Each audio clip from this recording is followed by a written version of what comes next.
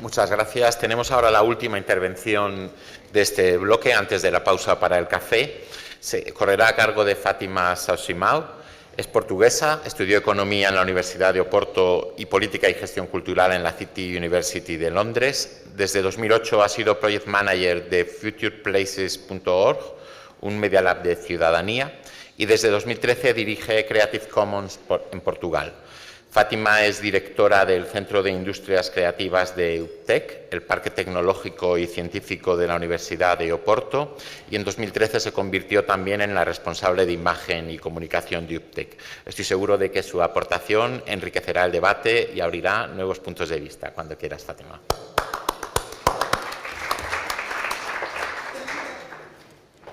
Buenos días a todos. I'll excuse if I do my presentation here because I have the computer and I don't want to do all the logistics right now. First of all, thank you to Common Action Forum. It is an honor to be part of this panel and to be able to share some of Creative Commons experience and expertise here. I have to warn you, I am new at this. I've been working with Creative Commons only for 2 years now as a volunteer, as a public lead for CC Portugal. But Naima, our regional coordinator for the Arab world, is also here, so if I do say something wrong, she will correct me.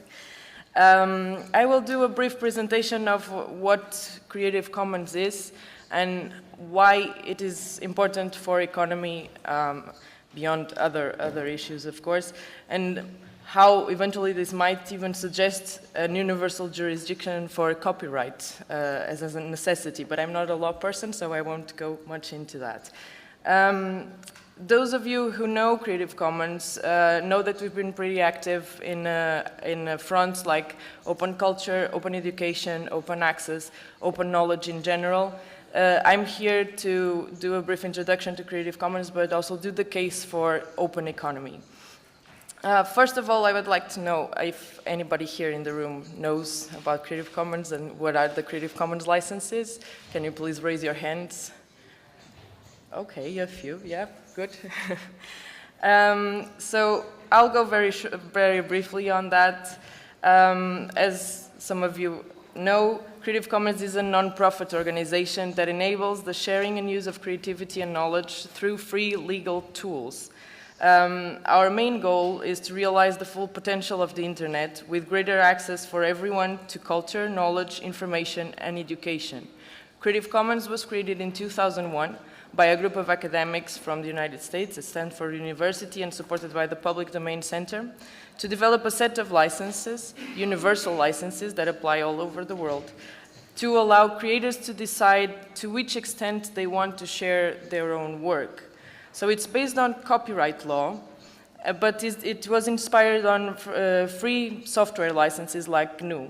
Creative Commons licenses, therefore, they sit somewhere between copyright and public domain. They are some rights reserved condition as opposed to the all rights reserved condition from copyright. So as a tool, what these licenses are, they are a set of 6 different licenses composed by, after 4 main conditions that give the author the possibility of deciding how he wants to share his work and his works of art, the contents he develops. So from a range to a very open kind of license, which is the CC BY, which only requires attribution to the author's name, to a very much a closed license, almost as closed as copyright, which would be the non-commercial, non-derivatives license. We give a range of options to the author besides his automatic copyright that he has automatically. So I won't go much further on this.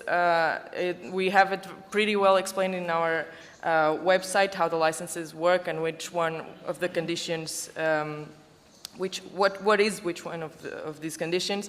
One important aspect of Creative Commons licenses is also It has a very user-friendly design and a very user-friendly interface to generate the licenses. So it's very simple, and it is also a 3 layers tool. It's a tool that has this legal layer, the legal text about it, the machine layer, which is a layer that allows us to track the works that are licensed by CC, and the human layer, which is the simple text that everyone can read. Human as opposed to legal here, but it's actually, it makes it very simple and very useful for artists and creators in general. Creative Commons is what Matthias Bianchi told us yesterday. It is a cosmopolitan civil society organization. And in that sense, it's a pretty innovative organization. It's a very flexible structure. And it is composed by a core headquarters of 12 staff members and 7 regional coordinators that cover the areas of Europe, Asia, Africa, Latin America, and the Arab world. And these regional coordinators are working with about 80 affiliates all over the world. And this means almost 400 volunteers like myself all over the world working to promote these licenses and apply these licenses and try to realize the full potential of the internet. So the licenses, because of this whole network of collaborators, is now accessible in 34 languages. And last year, we've reached nearly 1 billion licensed works all over the world. And it's very interesting to note that about over 50% of these licensed works allowed commercial use, which is an interesting aspect, and almost 80% allowed adaptation of the work. So this tells us pretty much about the people who are using the licenses, and this leads us to the second part of my presentation, which has to do with the relationship between Creative Commons and the economy. And I'm going to wander around an anecdote, which is my own story and my own involvement with Creative Commons. As you've heard, I have my background is in economics, and I've studied cultural policy and management, and I've been working for 6 years now with business development, creative business development in the creative industries.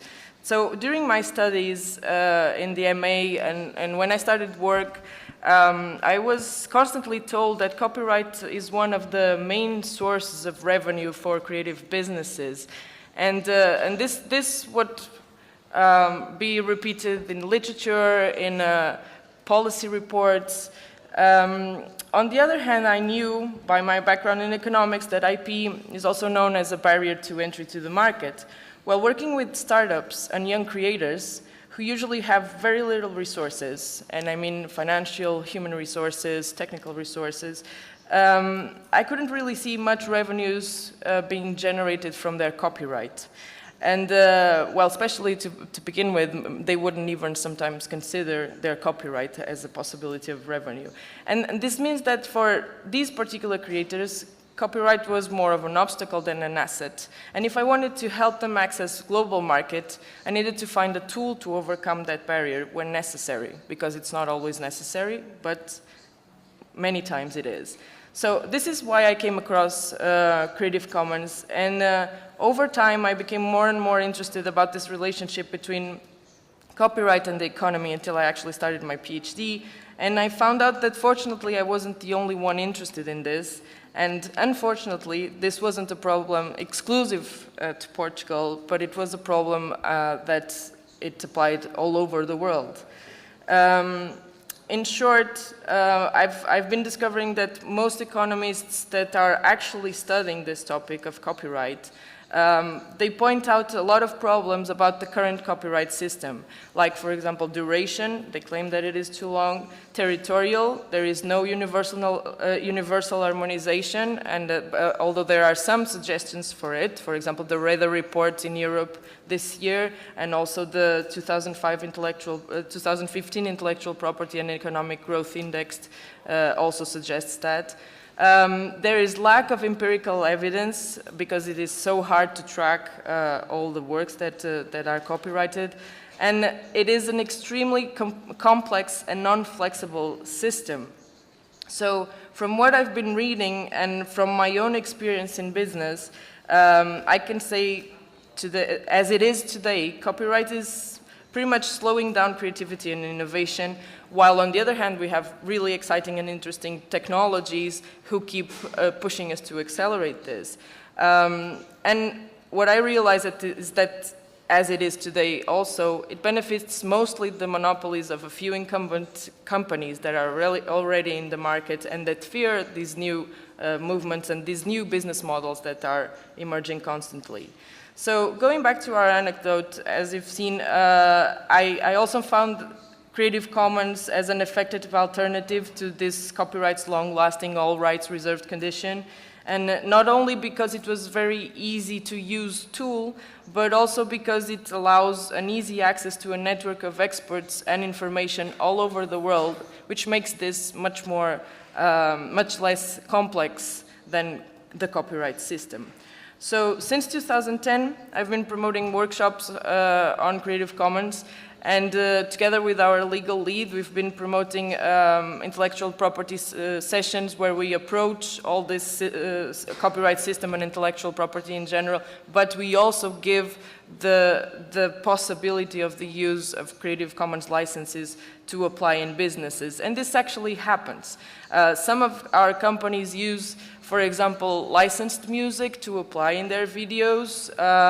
They use licensed graphics and photos to use in their own products or in their own promotional materials.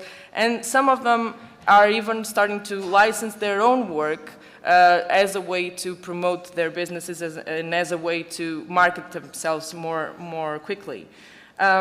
This year at CC Portugal, we were so interested in this that we developed a Creative Commons toolkit for business, where we state the 6 main benefits we've identified of the use of Creative Commons licenses in business, but I won't go through that because that would be a whole new presentation.